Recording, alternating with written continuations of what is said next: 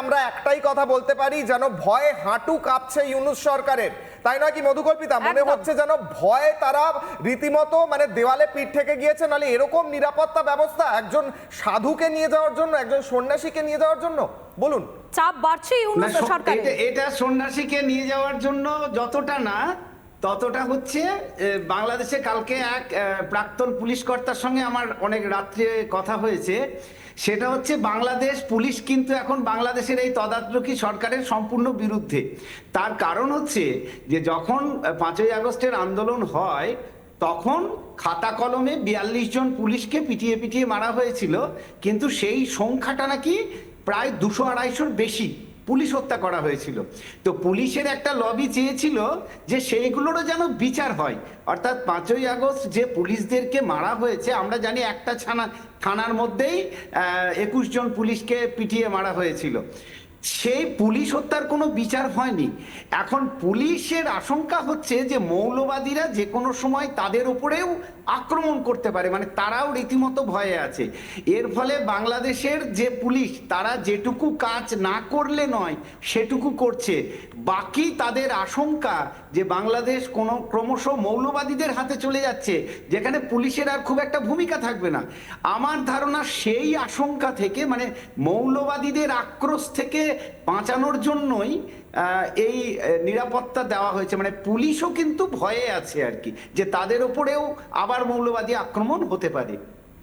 অর্থাৎ পুলিশের উপরেও চাপ বাড়ছে ইউনূস সরকারের উপর। কিশলয়, ইউনূস সরকার হয়তো ভেবেছিলেন তারা যে চিন্ময় কৃষ্ণ প্রভুকে গ্রেফতার করার পর তারা মোক্ষম চালটা তারা চেলে দিয়েছেন, এবারে হয়তো বাংলাদেশে হিন্দুদের কণ্ঠরোধ করার যে চেষ্টা সেটা হয়তো তারা সফলভাবে করতে পারবেন। কিন্তু যে নিরাপত্তা ব্যবস্থা তুমি কিছুক্ষণ আগে বর্ণনা করছিলে, যেভাবে মানে এটা ত্রিস্তরীয় না, চতুর্থ স্তরীয় না, পঞ্চস্তরীয় বলা ভীষণই কঠিন, যেভাবে একটার পর একটা নিরাপত্তা ব্যবস্থা, নিরাপত্তার বলয়টা বাড়তে শুরু করেছে, তাতে প্রশ্ন তো থাকছেই, চাপ বাড়ছে, ভয় লাগছে ইউনূস সরকারের। আর সব থেকে বড় কথা হলো কিশলয়, এ রাজ্যে অর্থাৎ পশ্চিমবঙ্গের মানুষও কিন্তু ক্ষোভে ফুঁসছেন, এমনকি এ রাজ্যের বিরোধী দলও কিন্তু ক্ষোভে ফুঁসছে কিশলয়। একদমই। শুভেন্দু অধিকারী গতকাল বলেছেন যদি ওনাকে নিঃশর্ত জামিন না দেওয়া হয়, মুক্তি না দেওয়া হয়, তাহলে গোটা সীমান্ত এলাকা জুড়ে ভয়ঙ্করভাবে আন্দোলন শুরু হবে। কি বলেছেন শুভেন্দু অধিকারী, শুনুন।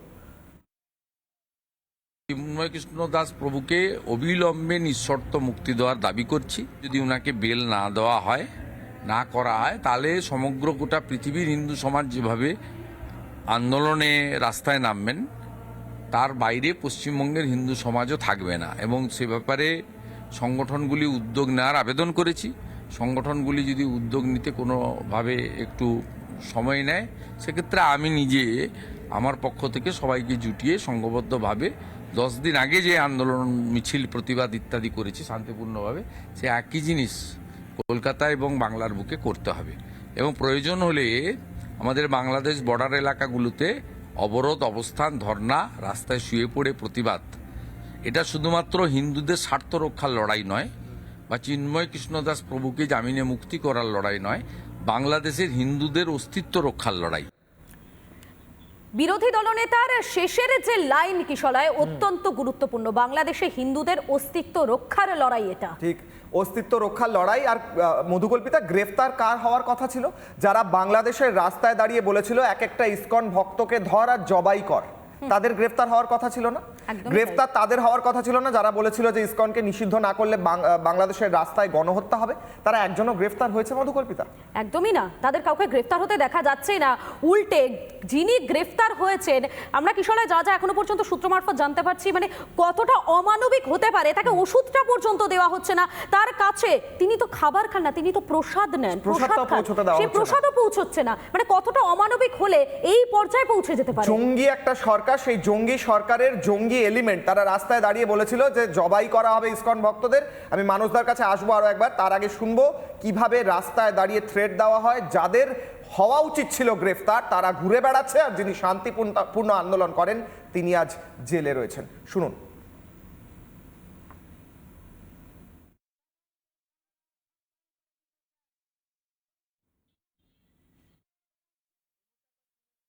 সমাবেশে যাচ্ছিলেন, জামাতে ইসলামরা বিভিন্নভাবে গালাগালি করতেছে, যে ভারতের দালাল বিভিন্নভাবে গালাগালি করতেছে, লাঠি নিয়ে আসছে। আমরা বললাম যে আমরা রংপুরে যাব, আমাদের উপর হামলা। ইসকনকে নিষিদ্ধ করা না হয় তাহলে সেই দিন বেশি দূরে নয়। অতীতে আমরা যেমনি ভাবে একটি জালেম সরকারের, একটি ফ্যাসিস্ট সরকারের পদতলে এদেশের জনগণ বঞ্চিত হয়েছে, এদেশের জনগণ জনমের শিকার হয়েছে, সেই দিন বেশি দূরে নয় যেই দিন যদি এই ইসকনকে নিষিদ্ধ করা না হয়, এদেশের ঘাটে বন্দরে রাস্তাঘাটে এক মারামারি আর হত্যা যজ্ঞ পরিচালিত হবে। আমরা আপনাদেরকে দুটো বক্তব্য শোনালাম। প্রথমে একজন আক্রান্ত, তিনি বর্ণনা করছেন কিভাবে তাকে মারধর করা হয়েছে, আর তারপরেই শোনালাম সেই জবাই করার বার্তা যারা এখনো বাংলাদেশে হয়তো মাথা উঁচু করে ঘুরছে কিশলয়। গণহত্যা হবে বাংলাদেশের রাস্তায়, সেই গণহত্যা হচ্ছে। গতকাল শান্তিপূর্ণ আন্দোলনে সেই রকম ভাবেই অ্যাটাক হয়েছে, পরপর আক্রমণ হয়েছে। মানুষদার কাছে আরো একবার যাবো। মানুষদা, যেখানে দাঁড়িয়ে যারা গণহত্যা করার কথা বলছে, যারা ইসকনের এক একজন ভক্তকে ধরে ধরে জবাই কর চিৎকার করে বলছে মাইকে, তারা আজ ঘুরে বেড়াচ্ছে। গোটা বিশ্ব দেখছে না? গোটা বিশ্বের মানুষ এর বিরুদ্ধে ব্যবস্থা নিশ্চয়ই, প্রতিবাদ নিশ্চয়ই করবে। ইউনূস সরকার সেটা বুঝতে পারছে না। না, ইউনিট সরকার বুঝতে পারছে, কারণ এই পরিকল্পনাটা বেশ কিছুদিন আগেই নেওয়া হয়েছিল। মানে আমরা জানতাম যে নভেম্বরের শেষ থেকে জানুয়ারি পর্যন্ত একটা গণহত্যার পরিকল্পনা করা হয়েছে, কিন্তু এই মুহূর্তে ইউনিট সরকারের পাশে কেউ নেই, এটা প্রথম। দ্বিতীয় ব্যাপার হচ্ছে ইউনিট সরকারের যারা উপদেষ্টা আছে তারা বুঝিয়েছেন যে ভারত থেকে 92টা নিত্য প্রয়োজনীয় জিনিস প্রতিদিন বাংলাদেশে যায়। মানে শুধু পেঁয়াজ ডিম নয়, কিন্তু আদা কাঁচা লঙ্কা থেকে শুরু করে 92টা নিত্য প্রয়োজনীয় জিনিস।